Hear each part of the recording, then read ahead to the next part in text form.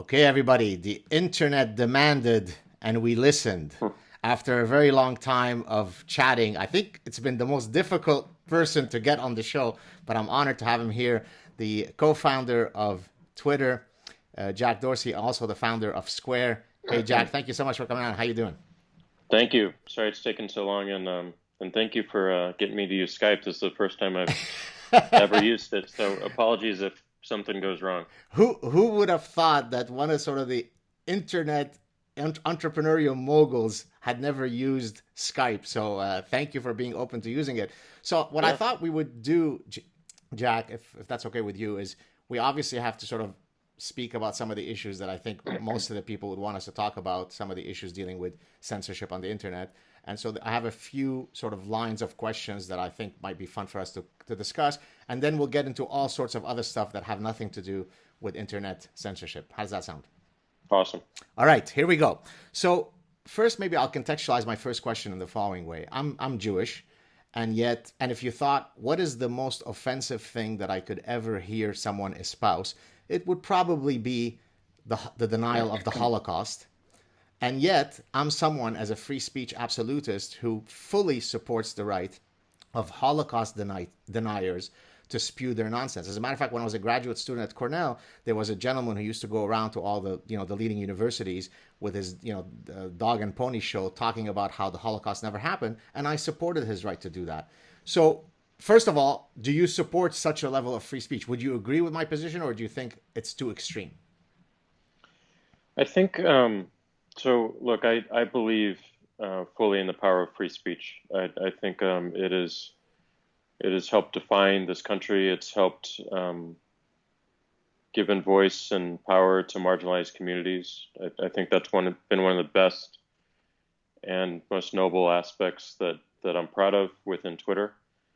But I do think it has to be taken, and I think there's nuance in it. I think the two things that we need to pay attention to is number one, someone's physical safety. Right. So where does it cross into a line in terms of endangering people? And as we think about how free speech exists on Twitter, that to me is the number one concern. What are we doing to protect someone's physical safety? So if you were to, do a thought exercise of, free speech versus doxing, for instance, like giving up someone's physical address or phone number with an intent to um, send someone there or put them in some physical danger. I think most reasonable people would agree that a right to privacy in that particular sense might come above a right to speak freely about someone's private information that might put them in physical danger. So that's nuance number one. Nuance number two is, where is free speech weaponized such that it shuts down the voice of someone else? So it removes their right from speaking in the first place. So those two considerations, I think, are the most important to me. Um, Otherwise, I think people should feel free to express themselves, whatever is on their mind, because I do believe that expression um, allows us to see and uh, acknowledge and address some of the issues that we need to focus on. And if those remain in the dark, I just don't think we'll have any progress in terms of seeing each other as human. You want the And hateful people to have the light illuminated on them so that we know who they are and where they exist, right? I want to know what people are thinking. I'd rather that be in the light than it be in the dark. And I think it's also from the other side. I think it's important that that comes out, because I think that's a step towards just recognizing the commonality between people and the common human nature. So, obviously this comes with a lot of idealism, and I'm not speaking with a lot of practicality right now, and I realize that. But from an aspirational perspective, that I believe is what gives free speech power. but it does come with trade-offs and cost. Right. And I think we all need to be mindful of that. And I, I just, I worry about being an absolutist in anything, Right. because there's always some condition that would favor one person over another, and that's what I would be skeptical of. And I think so that's in the offline realm, but in the online realm, I don't know if free speech is necessarily the right conversation that we should be having right now. I think it's more about attention and amplification. I think everyone has a right to be on a platform like Twitter, and everyone has a right to earn their audience. So if I start tweeting and people follow me, everyone everyone that follows me should see those tweets. That is just, sacred, and something that we should never break in terms of contract. But there are shared areas of the internet, or shared areas of Twitter in particular, like the replies, like search, like trends, that one can inject oneself into. And we haven't given a lot of people control on either side to really have the conversation that they want to have, or have more opinion on how they might want to curate their own conversation, or be the host of their conversation. So unfortunately, people have weaponized that part of our system and used it in such a way to change the velocity of speech and change how people interact with it, such that people get overwhelmed and just want to drop out of the conversation and not even participate anymore. And I think that's a failure case for everyone. So I think we have to look more deeply at where attention is and where amplification exists, and make sure that it is something that is that can be earned more, and something that can be opined on in such a way that people feel that they have more control. And that leads you to a world where everything can exist forever, but we focus a lot more of our attention on, here are the things that you deem really valuable, here's everything else. And you can always see everything else, but it's a tap or a click away. So those are the things. Go ahead. Yeah, if I could just bring it back to something a bit more tangible, because a lot of your ideas, as you said, are very idealistic and sort of in the abstract. There are specific instances, some of which I've had to deal with. And again, I understand that as a CEO of such a large company, you don't sit there and deal with every one of those cases, but they might be symptomatic of a trend. So, for example, oftentimes people, and I generated here a list of people: Milo, Tommy Robinson, Gavin McInnes, Anthony Cumia, Candace Owens, Godless Spellchecker. Many of these people I've had on my show: Alex Jones, Roger Stone, PewDiePie, and others. Many of them were banned either temporarily or permanently because they said something that was, quote, hurtful or offensive. I was banned for 12 hours because I was engaging with someone. It's sparring. The Twitter brings out our combative side. How I interact with Jack Dorsey when he's my guest might be different as compared to how I might interact with some schmuck on Twitter who's trolling me. And I had referred to this gentleman as a retarded, degenerate schmuck. And I was banned, I think, because I used the word retarded. That gentleman went on to contact my university to try to get me fired, a chaired full professor, because I had used the word retarded. I had another person who tried to get me fired on Twitter because I had criticized Serena Williams. So I fully agree with you that doxing that might make someone's physical safety compromised is something that doesn't fall under free speech absolutism.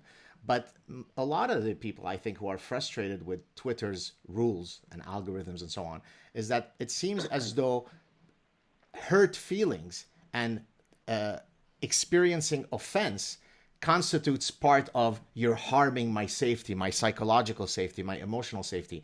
What's your sort of unequivocal position? Do you believe that people have a right to not be hurt and offended. So, for example, if I want to go on Twitter and say, I despise the Jewish religion, it sucks, I'm hurting a lot of Jews. I happen to be Jewish, but I think people have a right to say that. Would you support the right of someone saying that, or no, that's making it unsafe for Jews?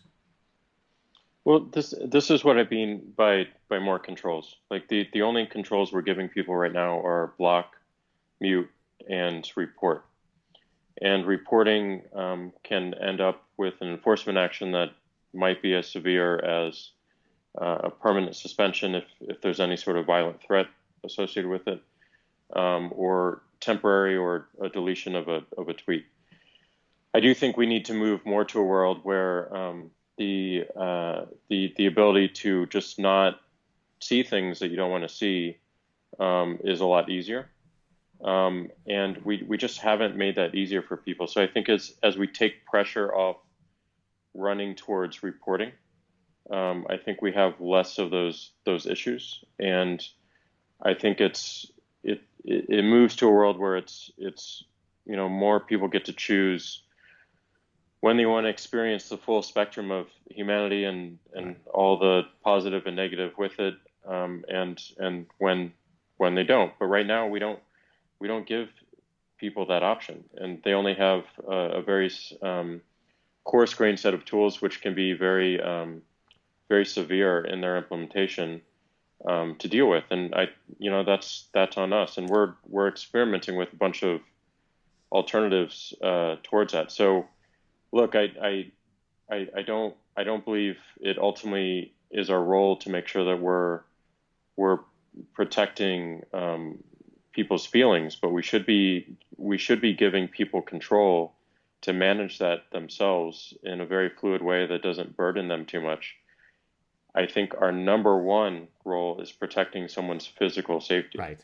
And also protecting their ability to feel safe to speak up in the first place. Because for any free speech absolutists out there, I think they also subscribe to the idea that everyone should be able to speak freely. Sure. And if people are going around and harassing people to the degree that they don't want to speak up, then everyone loses. And you're not really a free speech absolutist if you're going around harassing people to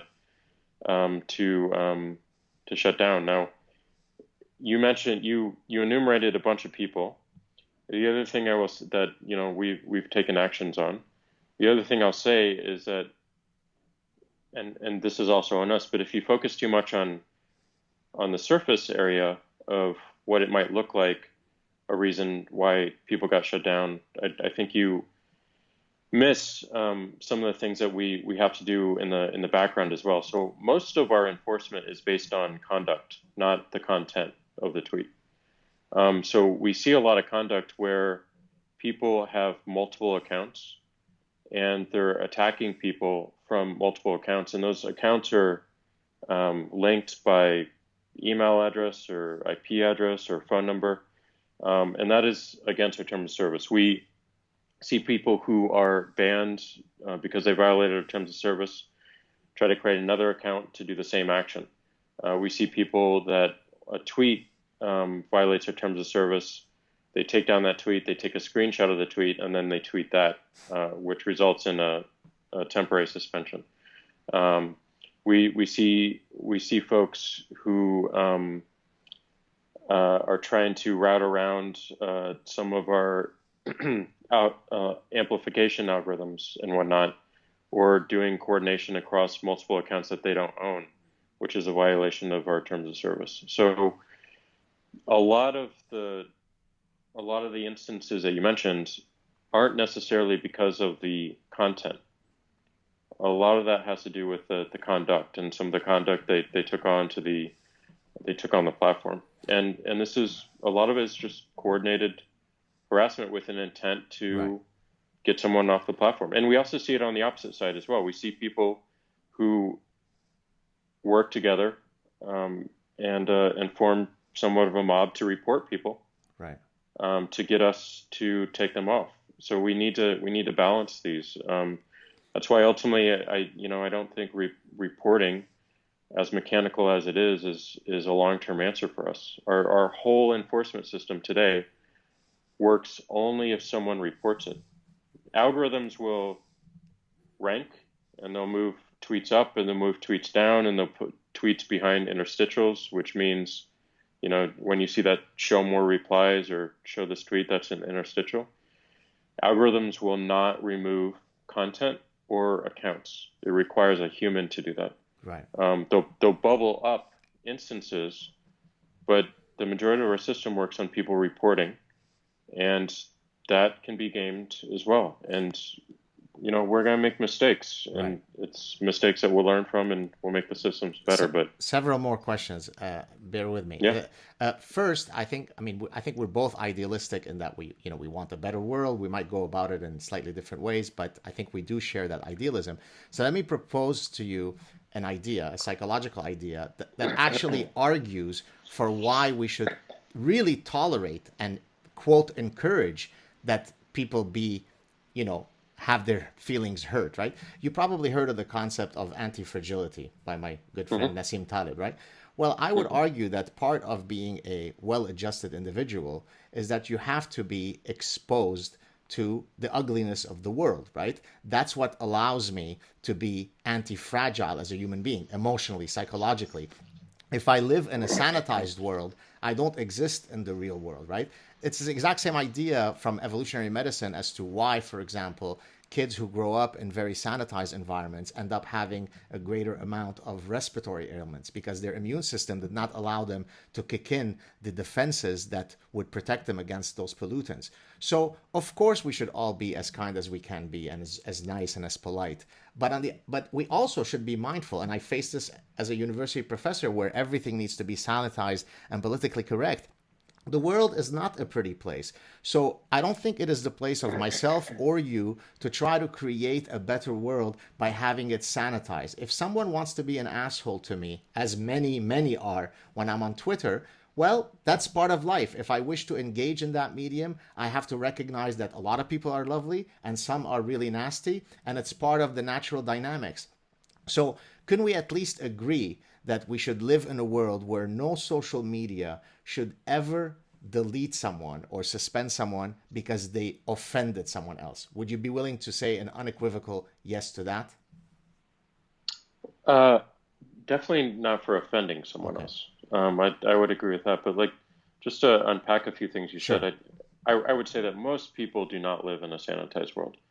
Most people in the world are going through a ton of experience that I can't even imagine. And the other thing I would say is I I would I would agree with you. I mean, I'm someone who likes to put myself in uncomfortable situations all the time, but I chose that. It's a mindset that I have, This and I think we conversation have. is not one of those uncomfortable situations that you're putting yourself in, right?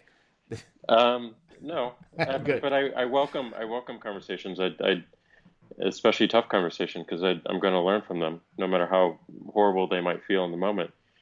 Um, but I chose that. I had an opportunity to choose that, and I think we have to recognize that.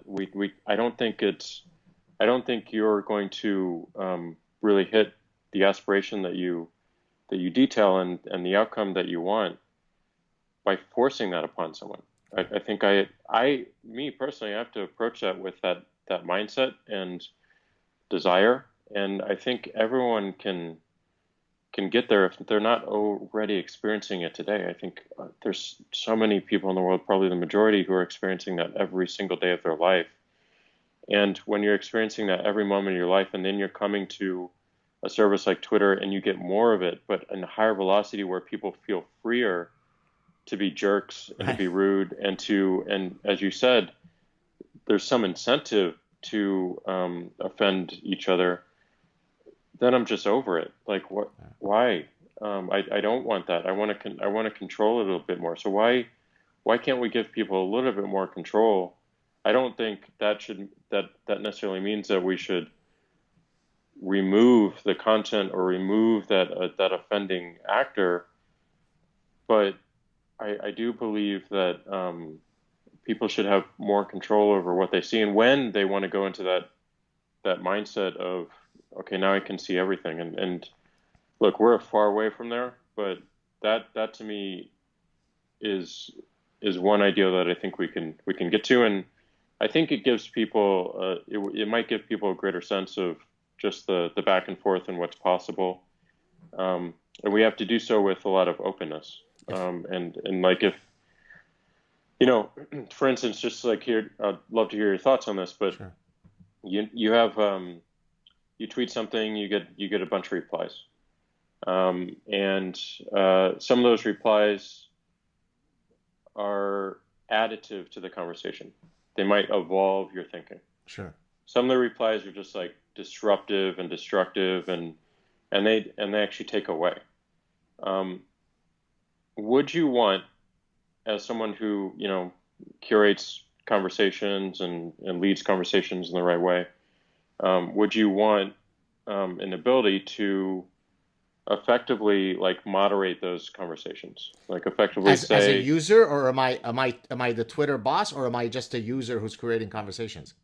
that someone's using the platform, so you can say like anyone who comes to this tweet, I definitely want them to see this, all these replies, but I want to this reply that's super destructive, I just want to move it over to this other bucket of these are things that are moderated out. Everyone can still see it, Right. and everyone can see that I moved into the other bucket, but I want the conversation to be looking like this, because this is like, right, we're building on ideas, we're evolving ideas right now. These replies over here are taking away from that. So again, both can still be seen, right, but when people come to the tweet in the first place, they see what you curate, and everything else is on to the side, so they can see like, this guy's an idiot, and like he doesn't know what he's talking about. I would support that, because you're giving me the tools to decide who's invited to my party, right? In the same way that I can decide whether Jack Dorsey is someone who is interesting enough to come to the SAAD household. But it's not the government. It's not a company who's saying, are you kidding? You're inviting Jack Dorsey? He's an asshole, right? So as long as you give me the tools to decide who to include in my conversation, you just provide me with the tools, but you don't interfere in terms of deciding this guy said something so off limits that I am going to intervene and remove them. I think that's what people find a bit intrusive. Yeah. Does that make sense? Yeah. So this is exactly what we're looking at, and just kind of experimenting with. The negatives of this is that it incentivizes more of a filter bubble in the echo chamber. It might create more possibility for misinformation, because people can't reply with their own truth or their own facts, and it might take away from some of the power of Twitter historically, which is speaking truth to power. A lot of the whistleblowers, a lot of the journalists. I think the antidote to address those issues in particular is being super transparent and super open about what was moderated by the original tweeter. So people can see that like this comment, this reply was actually put in the moderated bucket by the original tweeter. So then you can see that this person is actively moderating out critique of him or herself, or facts that don't line up with the facts that they're spouting.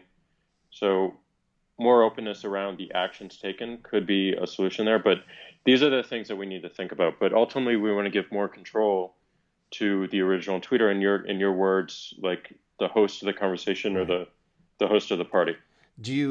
What is the process by which internally you guys at Twitter generate these ideas? Is it it's a brainstorming session, it's a new product innovation love fest where you come up with ideas? I ask this as someone who teaches psychology of decision making, who's housed in a marketing department, so I'm interested in new product innovations. Walk me through the process of how you guys decide you're going to include the edit button on tweets or not.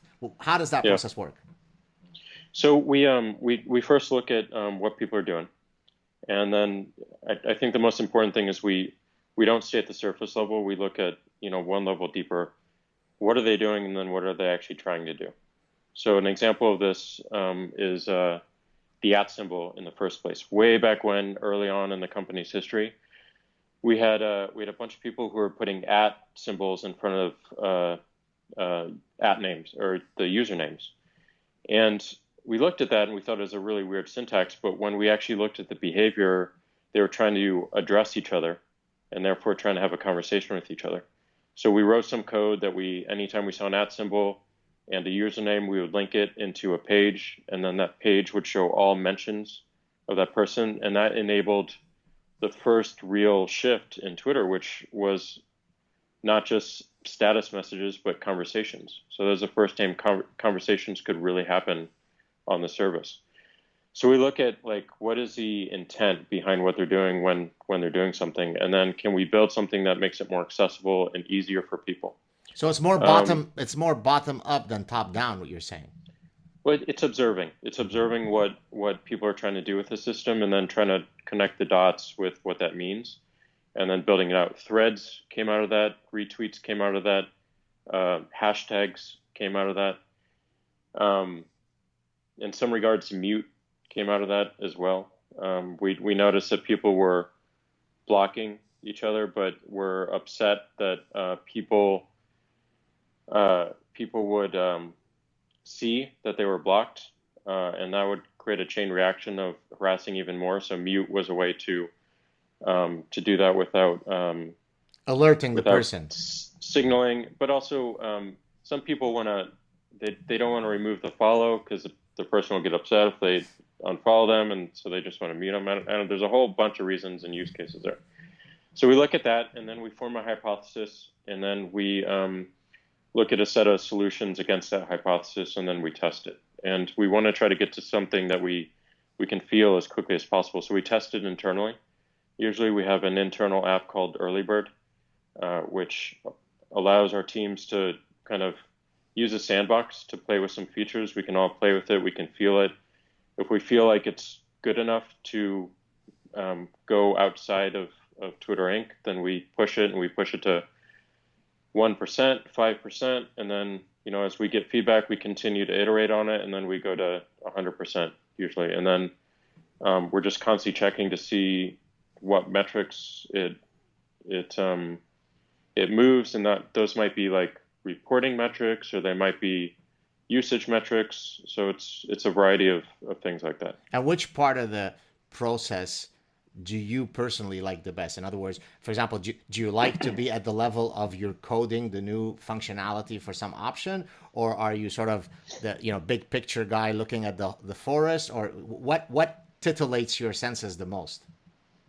I like the details. I appreciate the details. I like getting to. I come from a programming background, right? More of a hacker, not an engineer. I liked figuring out what I need to learn to make it work, and I really like building a prototype that I can feel, and then showing other people and see what they feel and how it makes them feel, and then getting that aspect. And I think the greatest inventions happen when you intend to do something, and you discover something unexpected. And that unexpected thing is what penicillin. Yeah, that unexpected thing is what becomes the true discovery. So that's happened so many times on Twitter. Like the at symbol, the hashtag, the retweet, the thread. Those were not invented in the company. Those were unexpected occurrences that we observed. We made more accessible and easier for people, and they became cultural norms that jumped off our platform onto billboards, on the TV, and into our competitors' applications as well. One more question about sort of the censorship, and then we move on to other topics. I'd like to ask you after a question about the psychology of entrepreneurship. Do you think that people are in any way correct when they say that those people who are either temporarily banned or permanently banned tend to coalesce more on the right hand, the right side of the political spectrum? In other words, do you think that maybe the algorithms, either by design or inadvertently, might be exhibiting a political bias? Well, I can definitely see the complaint. I can see why people might think that. It is certainly not by design. and it's something that we try to make sure that we understand, like, is there bias within our algorithms and in our people? So we go through constant unconscious bias training with our agents, our enforcement agents. And then there's a field of research called bias in machine learning and deep learning that is pretty active, but also super early. And this is one of the research areas that we're investing the most in, and we want to be leaders in. How do we first build the most important thing to look at is bias in data sets. So all training of machine learning and deep learning, the efficacy of machine learning and deep learning is only as good as its training set, only as good as the data that you feed it, and the outcomes that you say are correct or incorrect. So we're looking pretty deeply at, like, the data sets that we use to make sure that we don't have unintended bias within that we don't approach this work from a neutrality perspective, from a passivity perspective, but instead of being impartial. And that's hard work. And is it the case that some data sets have probably skewed to particular actions? Yes. Whenever we recognize that, we admit it and we correct it. We did have an issue with our search box and our search autocomplete, where the data set was skewing more towards a particular set of legislators in the U.S. on the right, who were followed by a bunch of people who were engaging in actions that violated our terms of service. And I believe we unfairly grouped them into a downranking decision. And we recognized it, we admitted it, we fixed it within 24 hours. And that was because of the data set that we used and how the model was working. So my thinking, here's a respectful hypothesis. I'm willing to bet that if you probably did an analysis of the political affiliation of the people who, the manual people, right? You've got the algorithm, then you've got some manual person evaluating whether someone should be banned or not. I'm willing to bet that it's not going to be an unbiased distribution in their political bent. Now, you might say, but that's just inherent to the computer industry, right? This sort of the silicon effect. But would that bother you? And let me draw an analogy. So, for example, in academia, when you do an analysis of the political affiliations of professors, it's roughly in the order of 5-1 Democrats. This is in the United States. I'm in Canada. I'm speaking about the United States. Now, in some disciplines, the more ideologically active disciplines, sociology and women's studies and so on, then you could have 44-1, 30-1, Democrats to Republicans. And my argument usually to people is, that's never a good idea, because a lot of issues that would be discussed in such a course, what should be the optimal fiscal policy of a culture, of a country, should we be for the death penalty or not? These are not scientific truths. You would benefit in hearing from both sides of the political aisle, yet most academics tend to be Democrats. Do you worry that the same phenomenon might be, if you like, creating those echo chambers within your workforce because they're more likely to be Democratic? I do. So a little bit of context, like, not all of our enforcement agents are in the U.S.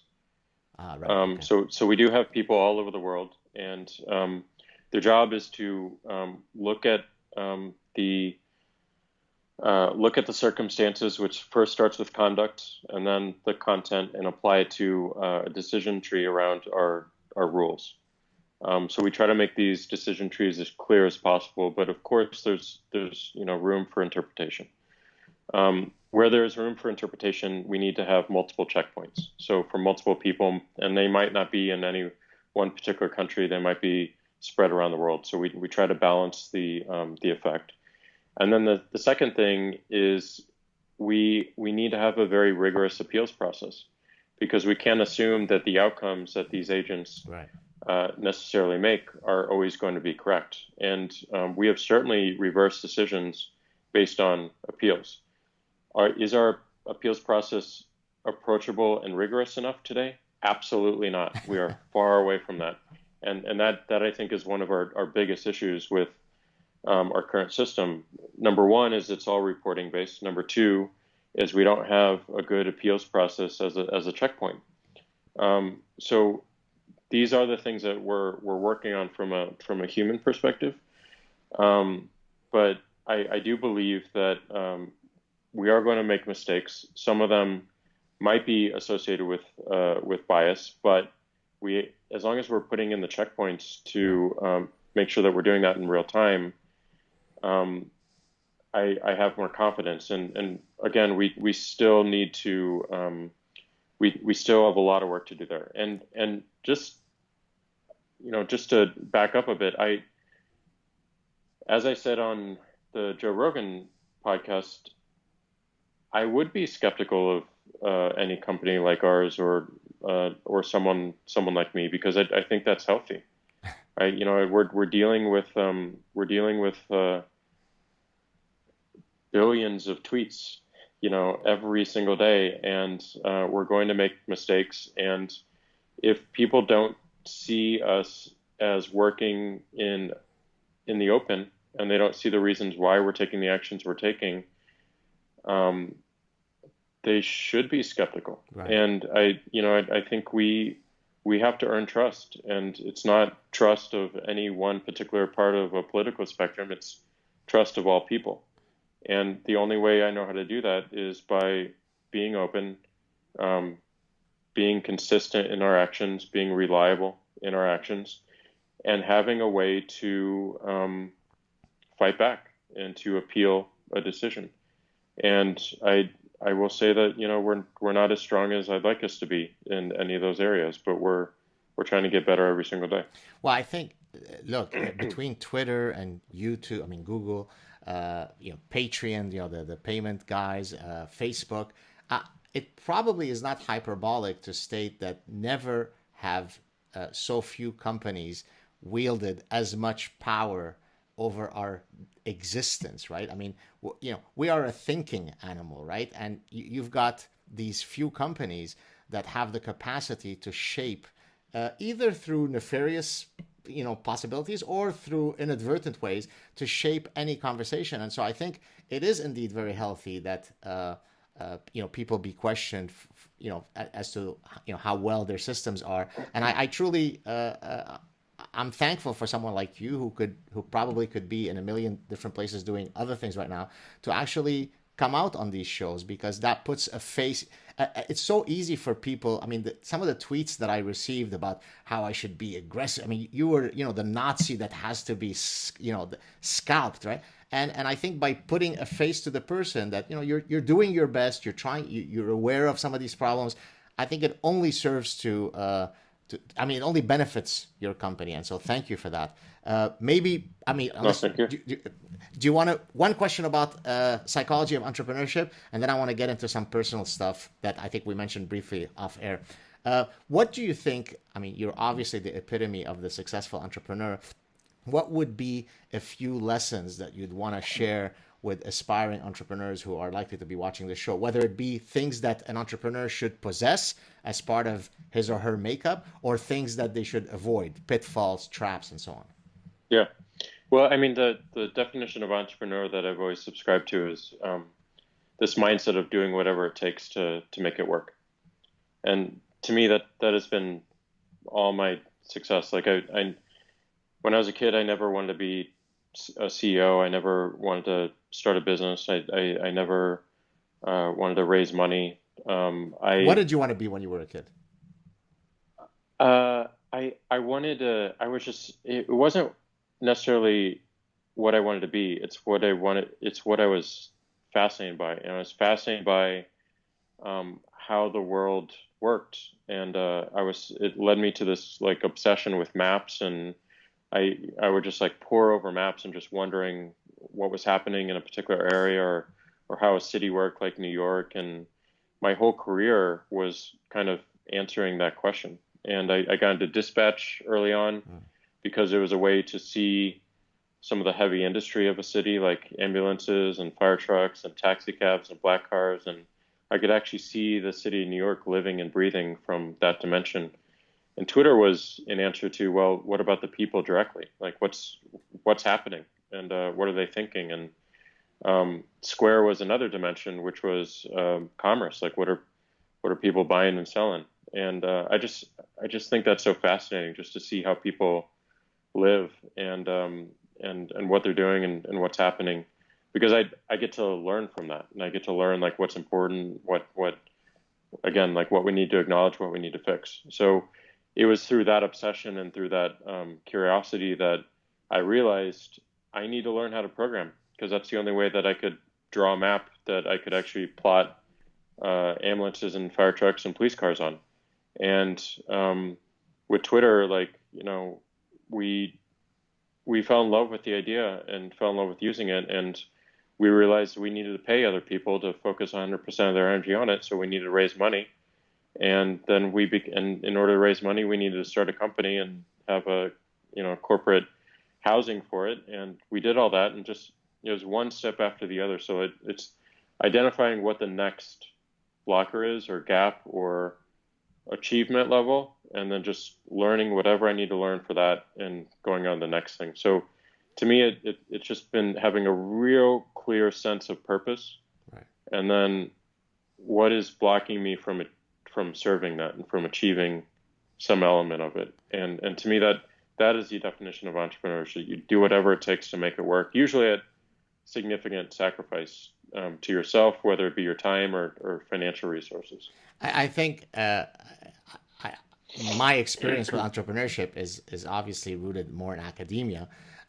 But in the few cases where I've done consulting with entrepreneurs, oftentimes I think what I've remarked or noticed is that some entrepreneurs, to the extent that they are so vested in their vision, are not necessarily open to incoming feedback, whether it be from the marketplace, whether it be from members of their team, because they're sort of the emperor, they're the captain of the ship, they've got a vision, and so they become very dogmatic and non-pliant to incoming information, which oftentimes will result in their downfall.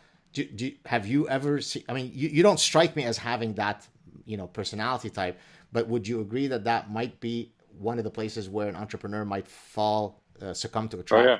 Yeah. But the feedback is right in your face all the time. Are people using what you're building or not? Right. That's really it. Like Right. that's it. Like if people are using it, you're doing the right thing. If they're not using it, you should change Right. you should change your approach. So I think ultimately it's that. I think the other addition I would add is like it's not just that they're using it, but what are they using it for? Right. Like why are they using it? And how does that match up with your own ideas around what it should be used for? Because Right. I think oftentimes what it's being used for will surprise you. Those are the best moments. Like we started Twitter with this kind of status message, what's happening update. People wanted to use it for conversation, and that was surprising. That was unexpected. And if we didn't recognize that, if we didn't see like this is actually what people want to use it for, we would have missed the entire value of the company, and we would have been extremely small and extremely irrelevant right now. So being able to pay attention to those things and the why behind how people are using it is really critical. And it just the skill that I think one needs to build up is a skill of observation. Right. This concept of a growth mindset, the cycle of observe, learn, improve. Just be a really good listener. Listen beyond the statement that's being made on the surface, but like go one level deeper. Why?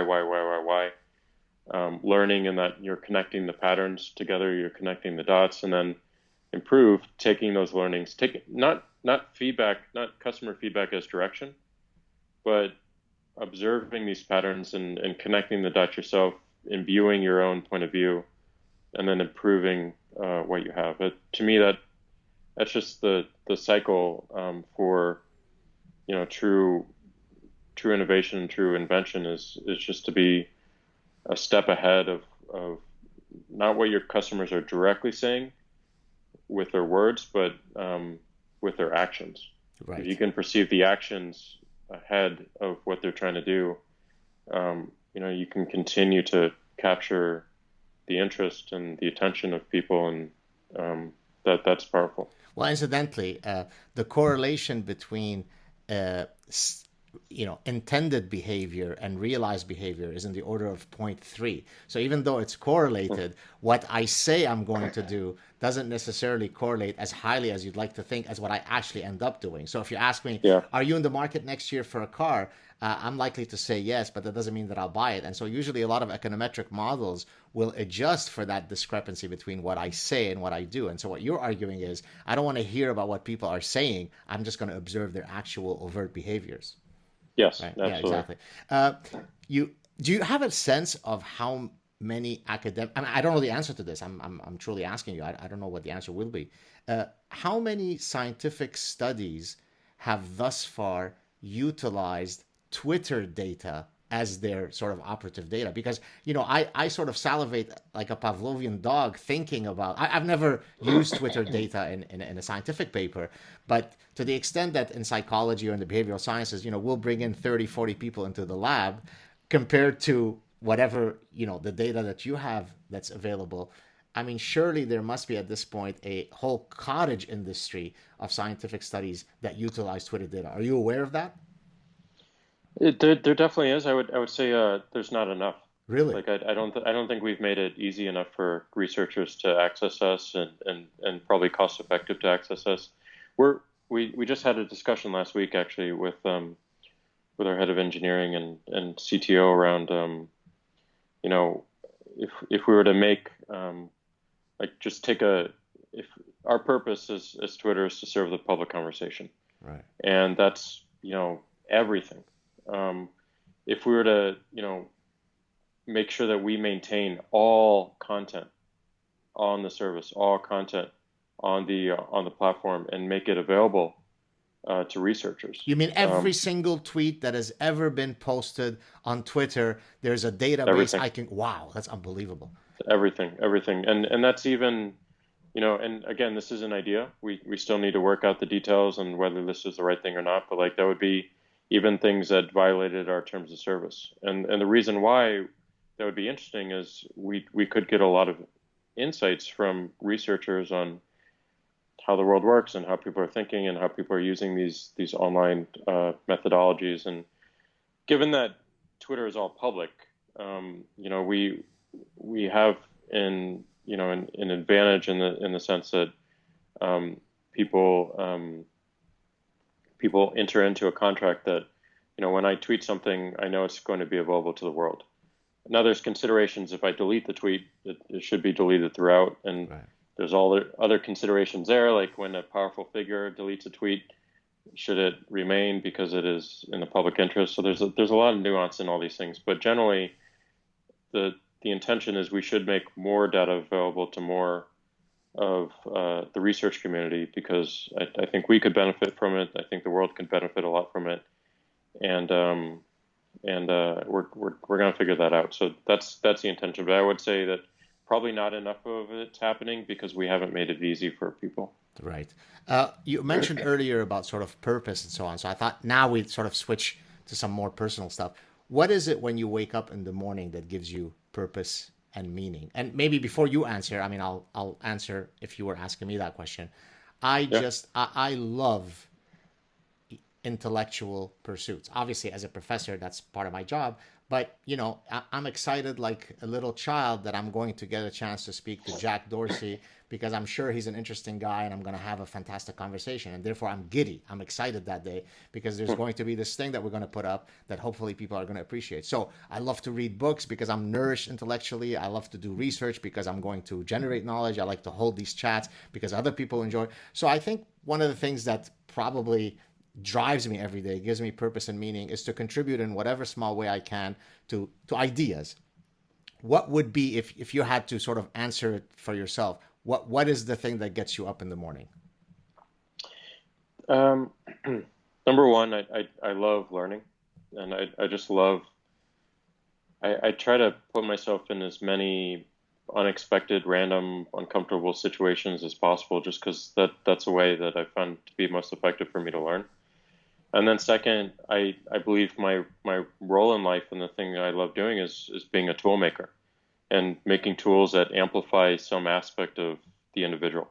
Whether in Twitter's case, it's amplification of voice and thinking. I think Twitter is like the closest thing we have to a global consciousness that we can like dip into and see how the world is thinking, how the world is evolving its thinking. And I think that's just so rich and so undervalued right now.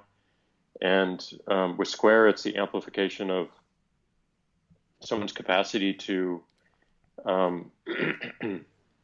have a business or a trade or an art that can keep them independent and focus their entire attention on just doing that. I'd like to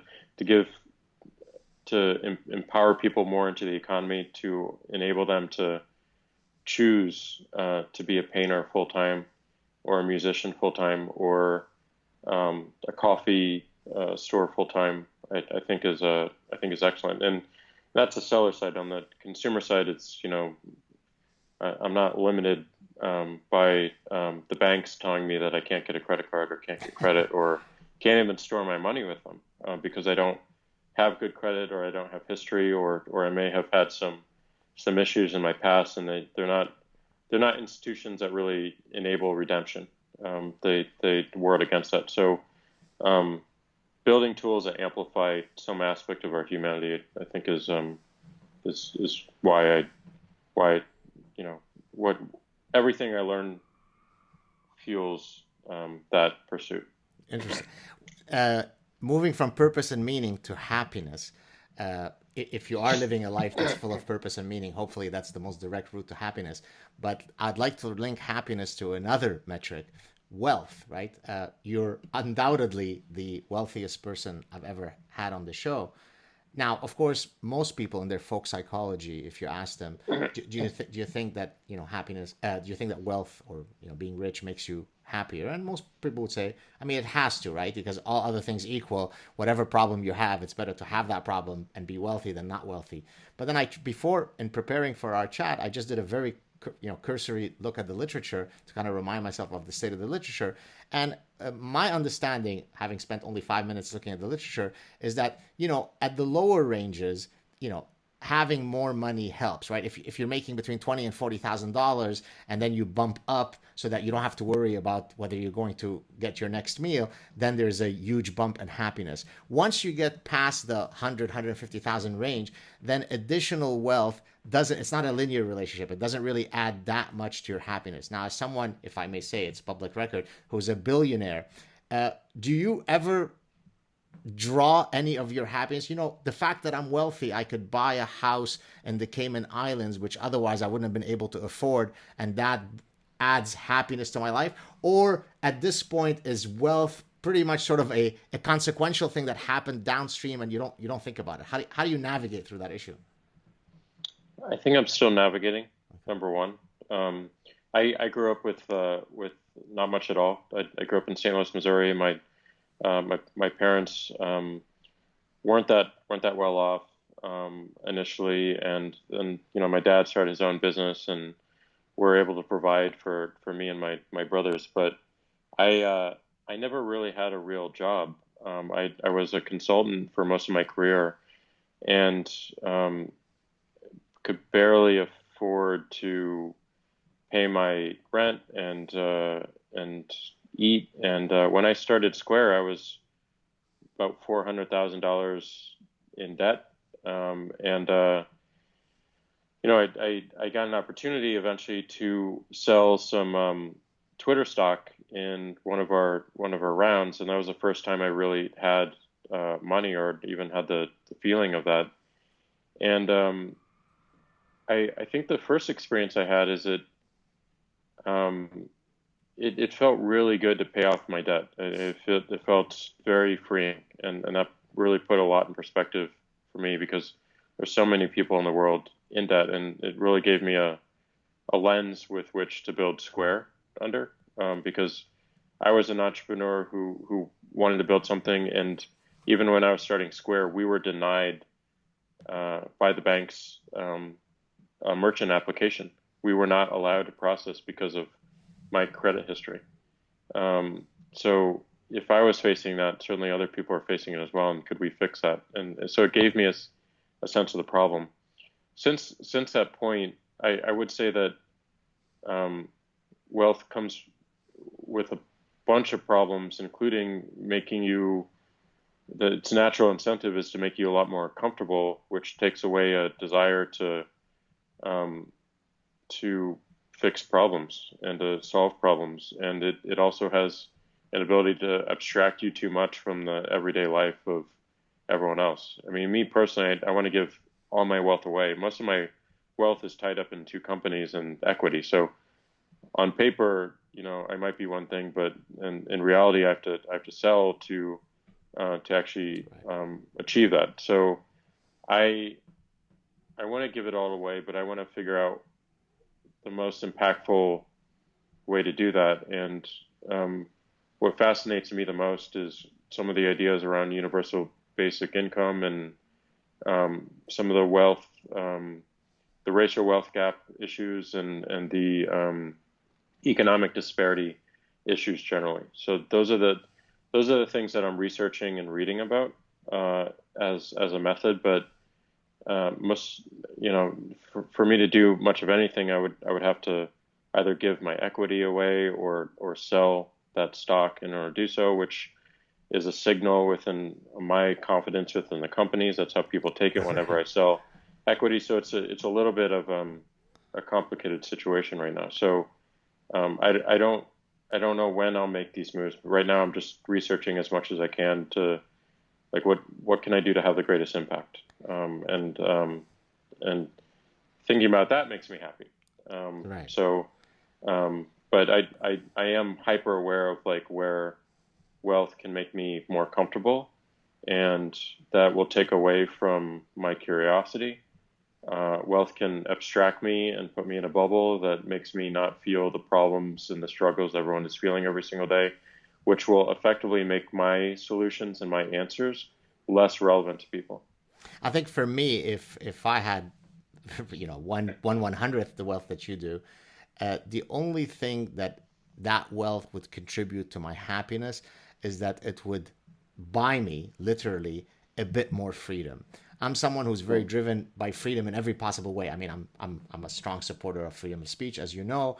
When I used to play soccer, I used to play the playmaker role, so I just kind of float around the field looking for holes to create. I had that freedom, as a professor, what I hate to be told, you have to publish in this type of journal or that type of journal. I just go wherever an interesting problem titillates my curiosity, and I publish wherever I want. Now, of course, that's not a very good move from a careerist perspective, because you're supposed to abide to certain rules, but I don't want my freedom to be impeded on. If I have 3 meetings in a day, I start hyperventilating, because that's taken away from my freedom to float. Not from working. I'll still work 18-hour days, but I'm working on my own schedule. You give me 3 meetings in a day, and I'm basically lobotomized. And so I think one of the things that I would do if I had greater wealth is to simply create an environment of greater freedom. So, for example, as a professor, there are many things that I love doing, but there are other things that suck my time like a parasite that I don't wish to do. Well, maybe wealth would give me the opportunity to not do that anymore. So my feeling is my life would not change too much other than purging those attacks on my freedom. Does that sound reasonable? Yeah, I agree with that. I appreciate when my day is not full of tiny little boxes of meetings. Right. And I get time to think. But I think that the creating space to think and create is a good use of financial resources. And I hope that in your calendar, our meeting today, our chat, was put down as intellectual pursuits and not as a meeting. Oh, totally. Oh, very nice. Totally. Tell me something. A few more questions, and I know your time is very precious. We'll wrap it up, although I could keep you here for another 5 hours. I noticed in your, I went to your Wikipedia page just to make sure I covered all my bases, and I noticed that you had never finished your NYU degree, which it seems as though every internet, software genius somehow doesn't finish school, which is not necessarily the message we want to be giving off to the youth, and certainly as a professor. Do you think if now you had more time, because I think you're only 1 semester short, is that true? of finishing it? Yeah, one semester. Yeah. Would you ever contemplate? Obviously, you don't need it for a pragmatic reason. I mean, there's never been a less of a pragmatic extrinsic reason to get your degree. But would you ever consider, I just want to put that check and put it in the bank away and I want to be done with it? Would you ever consider going back, or there's no conceivable trajectory where you'd go back and be a student at NYU? Well, my mom would be overjoyed with me doing that because Probably should be no, more impressed with that than all your money. yes, definitely.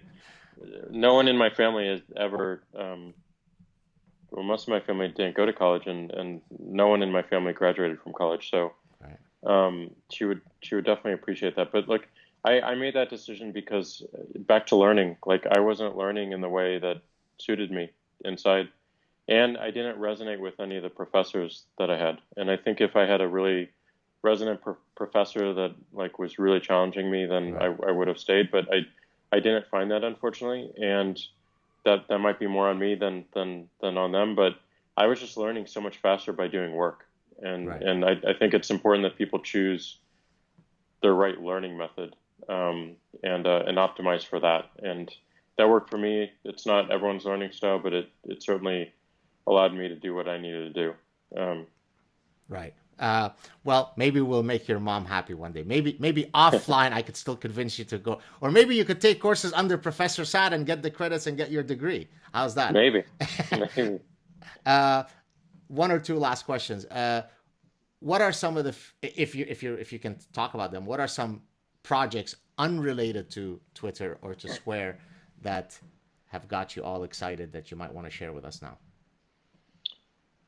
There's not a lot that's unrelated to Twitter or Square. Okay. That's my life right now. But like personally, I'm fascinated by health, and I always look for like what do I control, and like the one thing I control is my own self improvement. And health is just such a fascinating topic because it's not something that a lot of us really understand. It's a black box. So if we can dive deep into understanding it, then I think we get a lot out of it. Like if we were to pick one dimension of health that fascinates me the most, it's the mind. Mm. No one really understand how the mind works. And hold on, my AirPods are cutting out, so I'm gonna try I to can hear you perfectly. Can you hear me? let me Oh, let me now go to you're speaker. okay. Sounds good. I just heard the battery. Okay.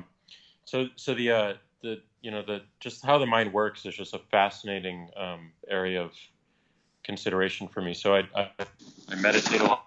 It's been a really important practice to me, and I I've focused a lot on practices like fasting and what they can do. Just not taking the standard norm of like eating 3 times a day, the social norm of This eating is three the times a day. intermittent fasting. Is that what you're talking about? Yeah. Okay. So I for the past 2 years, I've been eating one meal a day. I just have dinner, and like I noticed my focus has improved, my sleep has improved, all my tests at the doctor have improved, and it's just simple stuff like that, simple like considerations that we take for granted. I just like questioning, especially around my health, and I like experimenting a lot with myself. So that's one area that I found a lot of resonance in, and like the back to the uncomfortable aspects. Like there's a ton of research right now around cold therapy and heat therapy, like sauna and ice baths that I've gotten a lot out of. So my personal projects tend to be more focused on health and just kind of exploring my mind and exploring the limits of my physical self. Now, do you subscribe to the? I think it's called the quantify yourself movement, right? Where you're keeping track of all sorts of metrics to try to improve your optimal health. Are you a proponent of that? Are you sort of I, you are? Yeah. I've played with it. Like I've played a lot with the Apple Watch. I have a Aura sleep ring which tracks my sleep. This is it right here. Right. Um, I think they're great, but I think their greatest function to me is like it's just a constant reminder. It's a constant reminder to stay healthy. It's a Right. constant reminder, like on my finger or on my wrist, like I need to stay healthy because I can't do anything effectively unless I come at it with health. And Right. so I look less. I get more value out of looking at the thing on my wrist or my finger than I do looking at the data right now, to be honest.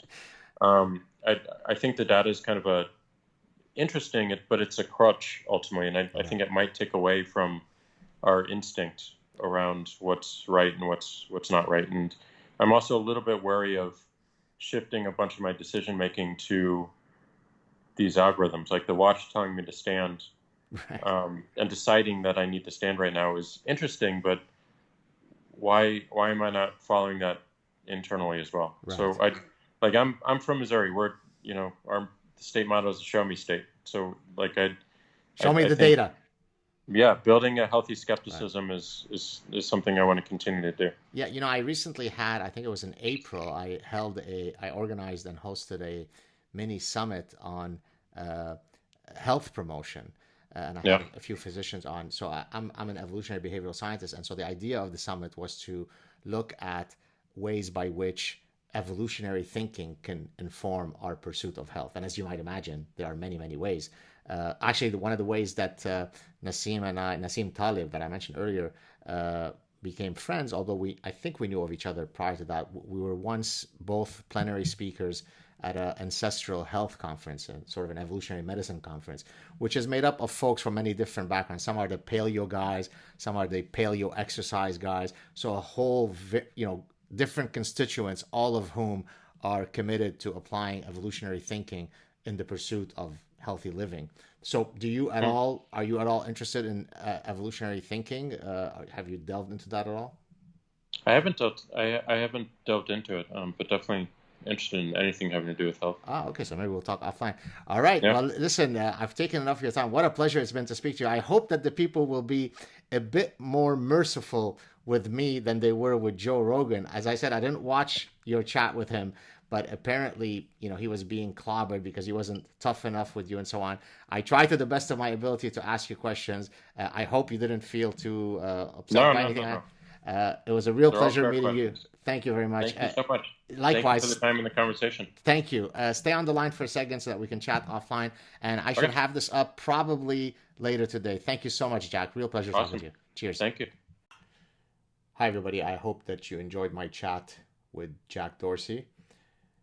If you appreciate my efforts, the time and the commitment that it takes to put together these wonderful conversations, uh, perhaps I would kindly ask you to consider supporting my efforts.